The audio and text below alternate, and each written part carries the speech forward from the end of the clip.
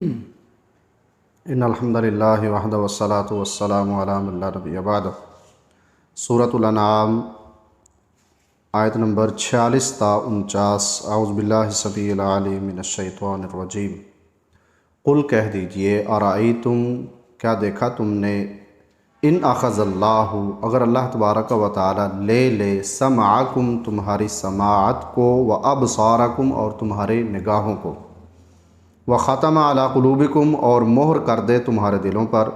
من الہ کون ہے کوئی الہ غیر اللہ اللہ کے سوا، یاتیکم بہ کہ وہ تمہیں یہ لا کر دے۔ انظر دیکھیے، کیفا کیسے، نصرف الآیات ہم پھیر پھیر کر لاتے ہیں بیان کرتے ہیں آیات کو، ثم ہم پھر وہ یصدفون منہ موڑ لیتے ہیں۔ قل کہہ دیجئے ارائیتکم کیا دیکھا تم نے، ان اتاکم اگر آئے تمہارے پاس عذاب اللہ اللہ کا عذاب، بغتتاً اچانک، او جہرتاً یا کھلم کھلا، هل یہلک الا القوم الظالمون تو نہیں ہلاک کیا جائے گا مگر ظلم کرنے والی قوم کو ہی۔ وما نرسل المرسلین اور نہیں ہم بھیجتے رسولوں کو، الا سوائے مگر مبشرین خوشخبری دینے والے، ومنذرین اور ڈرانے والے۔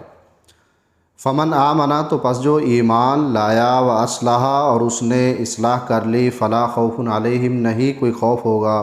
نہیں ہے کوئی خوف ان پر، ولا ہم یحزنون اور نہ وہ غمزدہ ہوں گے۔ والذین کذبوا بآیاتنا وہ لوگ جنہوں نے جھٹلایا ہماری آیات کو، یمسہم العذاب ان کو پہنچے گا عذاب، بما کانوا یفسقون اس وجہ سے کہ جو وہ نافرمانی کیا کرتے تھے۔ آیت نمبر 46 میں اللہ تبارک و تعالی یہ فرما رہے ہیں کہ بھلا بتاؤ کہ اگر اللہ تبارک و تعالی تمہاری یہ سماعت، تمہاری نگاہیں اور دل میں جو صلاحیتیں سوچنے کی، دیکھنے کی، غور و فکر کرنے کی ہیں وہ اللہ تبارک و تعالی ختم کر دے۔ اب تو تم دیکھ رہے ہو نا، جتنے کوئی افعال ہو رہے ہیں، کوئی کام ہو رہے ہیں، اپنی نگاہوں سے دیکھتے ہو، اللہ تعالیٰ یہ دیکھنے کی صلاحیت ہی ختم کر دے۔ اور اس طرح باتیں بھی سن لیتے ہو کانوں سے، یہ بھی اللہ تعالیٰ تمہاری صلاحیت ختم کر دے۔ اور دل کے لحاظ سے جو بصیرت اور فہم، سوچ، عقل، غور و فکر کی صلاحیت اللہ نے رکھی ہے، یہ بھی اللہ تعالیٰ ختم کر دے، چونکہ یہ صلاحیتیں دی تو اللہ تعالیٰ نے ہی ہیں۔ اور کس لیے دی ہیں؟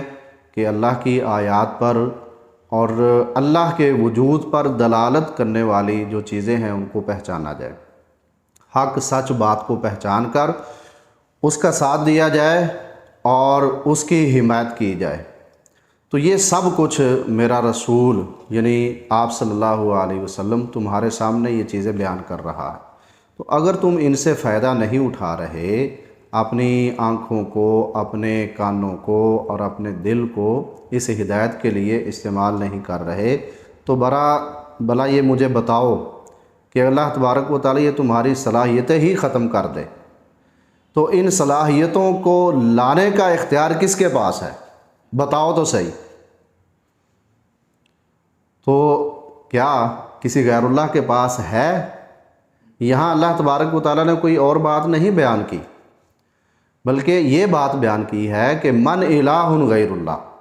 اللہ کے علاوہ تمہارا معبود کون سا ہے جس کو یہ اختیار ہو؟ تمہارے جسم پر، تمہاری صلاحیتوں پر اللہ تبارک و تعالیٰ کا ہی مکمل اختیار ہے، اور اسی کی ہی قدرت میں یہ سب کچھ موجود ہے۔ اگر اللہ تعالیٰ دوبارہ لوٹانا چاہے تو وہ لوٹا دے گا، اور اگر وہ نہیں لوٹانا چاہتا تو بتاؤ من الہ غیر اللہ، اللہ کے سوا کون سا معبود ہے جو تمہیں یہ صلاحیتیں دوبارہ بخش دے؟ تو مطلب یہ ہے کہ جو ہمارے پاس یہ صلاحیتیں ہیں یہ اللہ کی دی ہوئی ہیں، تو اللہ کی دی ہوئی صلاحیتوں کو کہاں استعمال کیا جائے گا؟ اللہ کی پہچان میں، اللہ کی معرفت میں۔ اللہ تبارک و تعالیٰ نے جو حق اپنے رسولوں کے ذریعہ سے تم تک پہنچایا ہے، اس کی معرفت ہے، اس کو جاننا ہے، اس کے مطابق عمل کرنا ہے اور اس کو آگے لے کر چلنا ہے۔ یہ صلاحیتیں تو اللہ تبارک و تعالیٰ نے اس لیے تمہیں دی ہیں۔ تو فرمایا کہ انظر کیف نصرف الآیات ثم هم یصدفون، یہی غور و فکر کی باتیں ہیں جو انسان کو اللہ کی طرف لے جانے والی ہیں، لیکن ثم هم یصدفون، پھر بھی یہ باتیں سن کر منہ موڑ لیتے ہیں۔ اس سے بڑا اعراض اور کیا ہو سکتا ہے۔ پھر اور ایک تنبیہ کی ہے آیت نمبر 47 میں کہ بھلا مجھے بتاؤ، اگر اللہ تبارک و تعالیٰ کی طرف سے تمہارے گناہوں کی وجہ سے، تمہاری تکذیب اور کفر کی وجہ سے اللہ کا عذاب آ جائے اور اچانک آ جائے، اس کے متعلق کوئی خبر نہیں دی اللہ تعالیٰ نے، نہ رسول کے ذریعہ سے تمہیں اس کے متعلق وارننگ دی گئی ہے، اچانک اللہ تبارک و تعالیٰ تمہیں پکڑ لے، یا سوئے ہوئے کی حالت میں بیاتن او نہارن، قرآن مجید میں اللہ تبارک و تعالیٰ فرماتے ہیں رات کو آئے، آفا امینا اہل القریٰ یاتیہم باسنا بیاتن وہم نائمون،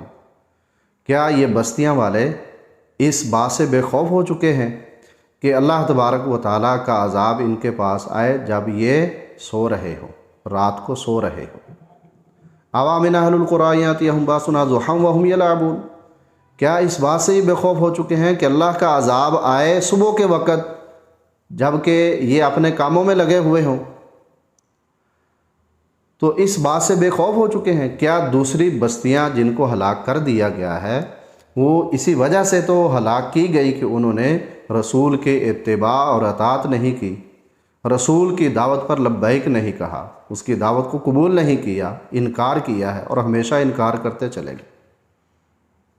یہ رسول، اس کے متعلق تم جانتے ہو، پہچانتے ہو، تمہارے دل یہ گواہی دے رہے ہیں کہ یہ اللہ کا سچا رسول ہے، تو پھر اس کی طرف کیوں نہیں آ رہے؟ اس بات سے بے خوف ہو چکے ہو کہ اللہ کی طرف سے کوئی عذاب آ جائے گا۔ فرمایا کہ اگر ایسی صورت ہو تو حال یہلک الا القوم الظالمون،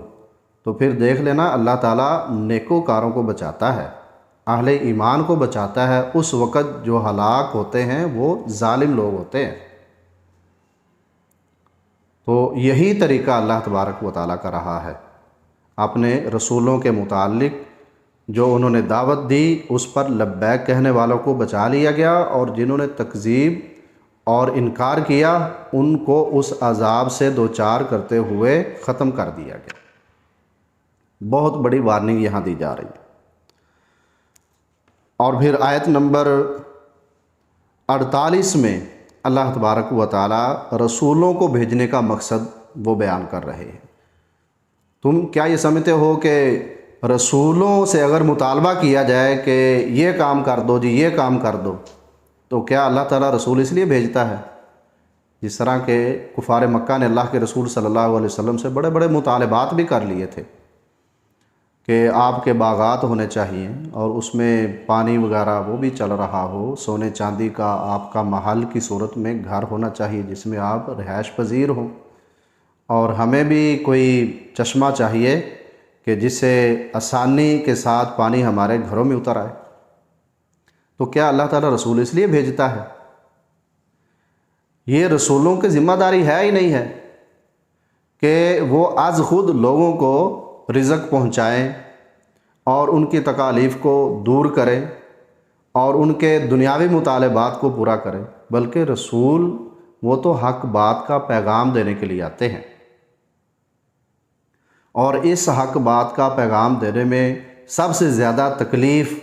آزمائش کے راستوں سے رسول ہی تو گزرتے۔ تو رسولوں کو بھیجنے کا یہ مقصد نہیں ہوتا کہ لوگ ان سے اپنے دنیاوی معاملات میں مطالبات شروع کر دیں۔ وما نرسل المرسلین الا مبشرین ومنذرین، رسولوں کا کام یہ ہوتا ہے کہ وہ حق بات کی دعوت دیتے ہیں اور اس پر چلنے والوں کو خوشخبری سناتے ہیں کہ تمہارے لیے اللہ تبارک و تعالیٰ نے دنیا میں بھی خیر و برکت رکھی ہے، اور اگر دنیاوی مصائب و مشکلات سے تمہیں دو چار اللہ تبارک و تعالیٰ کرتا ہے تو اس پر بھی اجر ہے، وہ اجر تمہیں قیامت کے دن تمہارے سامنے پیش کر دیا جائے گا بہت ہی اچھی حالت میں۔ اور وہ بہترین اجر کیا ہے کہ جب انسان دنیا سے جاتا ہے تو اس کا پروٹوکول اس کے استقبال کے لیے فرشتے ہوتے ہیں، اور کفار کا کس طریقے سے استقبال کیا جاتا ہے، ان کی روحوں کو نکالتے وقت ان کے چہروں پر اور ان کی پیٹھوں پر فرشتے مارتے ہیں۔ یہیں سے ہی وہ اخروی لحاظ سے زندگی جو ہوتی ہے ایک مومن کی اور ایک کافر کی، اس کے درمیان ایک بہت بڑا فرق پیدا ہو جاتا ہے۔ اب کافر تو نکلتا ہے راحت و آرام سے، دنیاوی زندگی جو ہوتی ہے نا اس کی راحت و آرام والی، پیسے والی، مال و دولت والی، جو ہی اس زندگی سے نکلا آگے ہر طرح سے مشکلات ہیں۔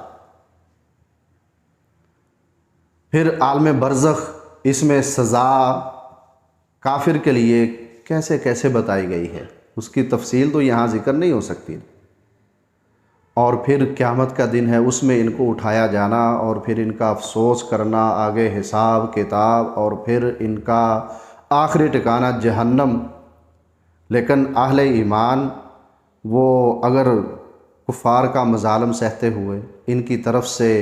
مصائب سے دوچار ہوتے ہوئے، اپنے ایمان پر قائم رہتے ہوئے اس دنیا سے جاتے ہیں، تو ان کی زندگی، دنیاوی زندگی اگرچہ ہماری آنکھوں میں بڑی مصائب والی، تکالیف والی ہے، اس پر انہوں نے صبر کیا ہے، تو یہ اگلا قدم جو ان کا ہے یہ بڑا ہی بہترین ہے، اور درجے کے لحاظ سے سب سے اعلیٰ درجہ۔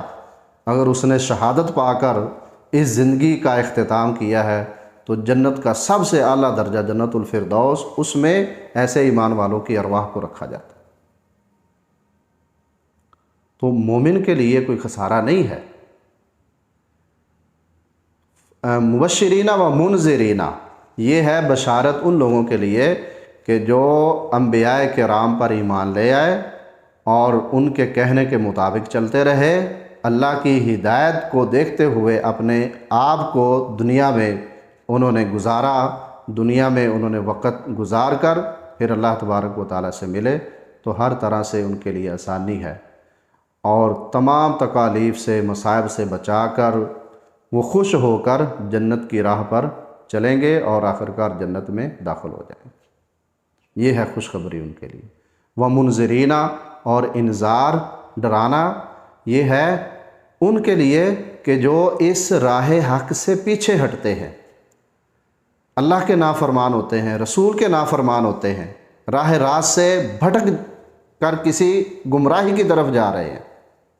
تو اگر تم اسی راستے پہ چلتے رہو گے، گمراہی کے راستے پر چلتے رہو گے، اگرچہ دنیا میں تمہیں بڑی سہولیات عطا کر دی گئی ہیں اور ریل پیل ہے مال و دولت کی، اسباب، دنیا کے اسباب و وسائل بہت زیادہ ہیں، لیکن رسولوں کا انکار موجود ہے، اللہ کی کتاب کا انکار موجود ہے، اللہ کا انکار موجود ہے،